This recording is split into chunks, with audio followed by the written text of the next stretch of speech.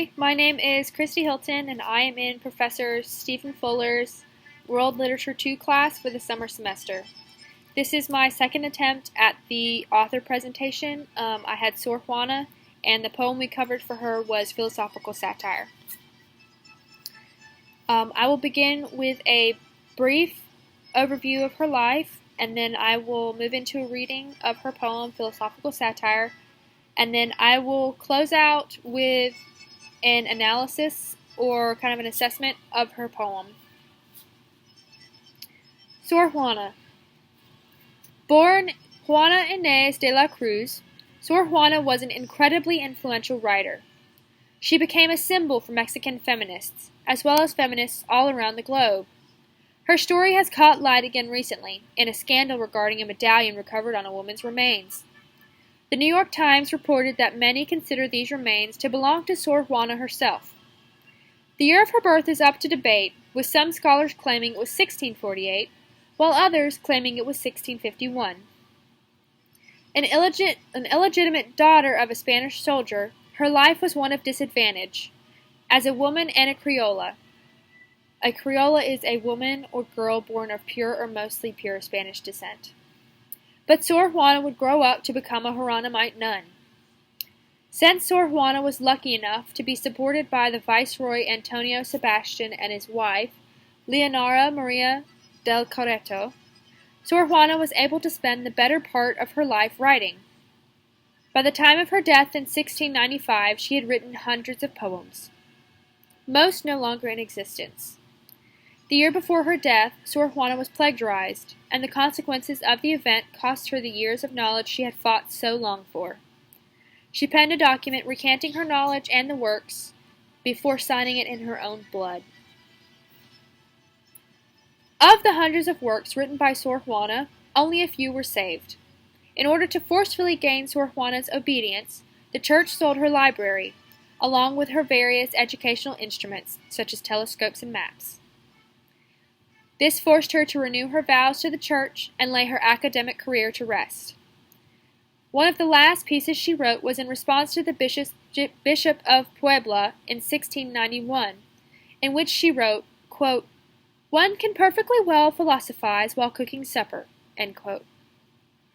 Personally, this is my favorite quote from Sor Juana. It's my favorite quote because it capitalizes on her defiant spirit. So many people, like the church for instance, expected her to act in a certain manner.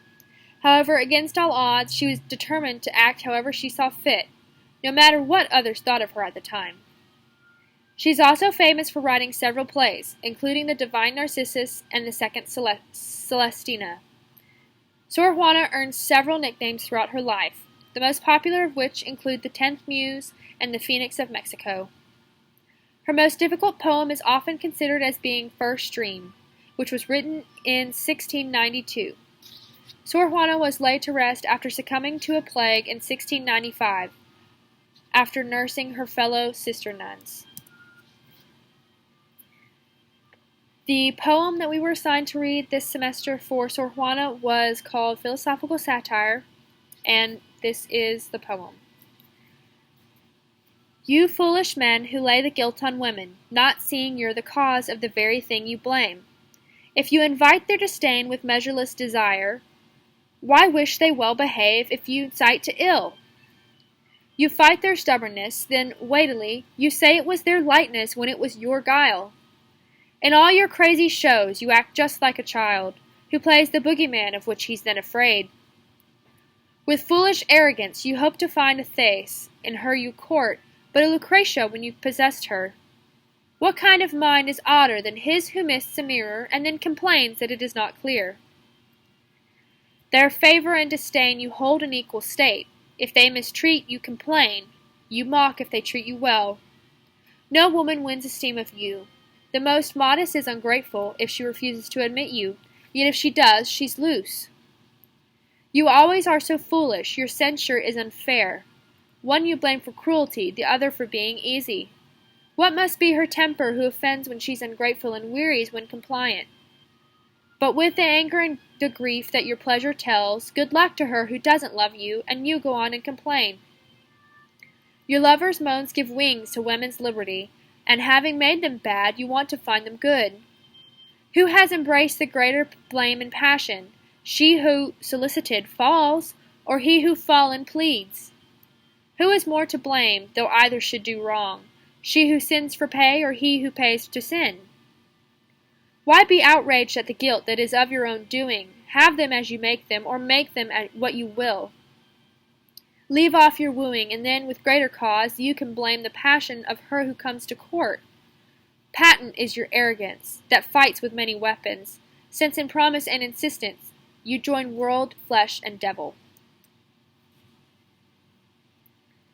The poem Philosophical Satire, sometimes called You Foolish Men, by Sor Juana is one of her most popular works. It gives a scathing review of the expectations for women in her society. Quote, "You can blame the passion of her who comes to court." End quote. The poem dances between her distaste for the male expectation of her gender and her sympathy for the women found guilty for the actions men themselves had asked for. Sor Juana writes, quote, "Why be outraged at the guilt that is of your own doing? Have them as you make them, or make them what you will." End quote. She very clearly believes that men are the root cause of the rise of prostitution and impurity in her society.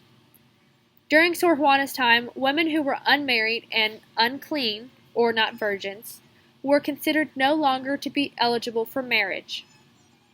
Too often, this meant they would be forced to work in the streets or beg for food. A family of noble or high-class birth could spend a fortune hiding their daughters from the public eye, but those with less fortunate circumstances were often left to fend for themselves. Throughout her poems and her life, Sor Juana has made a clear point that women are capable of far more than just housework. In today's modern society, many women have become the main or sole provider for their household. Truly a woman before her time, Sor Juana will remain a feminist figurehead for decades to come. In her own words, quote, "Who is more to blame, though either should do wrong?" End quote. In this, I agree with Sor Juana. Blame cannot be placed on man or woman alone. Perhaps we should start by acknowledging the problem, then moving forward in order to correct it. Sor Juana wanted to be a scholar, even attempting once to attend university dressed as a boy. She was scrutinized and punished for her personal beliefs, and this is by far the worst ending her story could have. I hope that in our society today, men and women are free to become whatever they like, without the restrictions society places on their gender. Thank you so much. That is the end of my presentation, and I hope you enjoyed it, and have a wonderful day.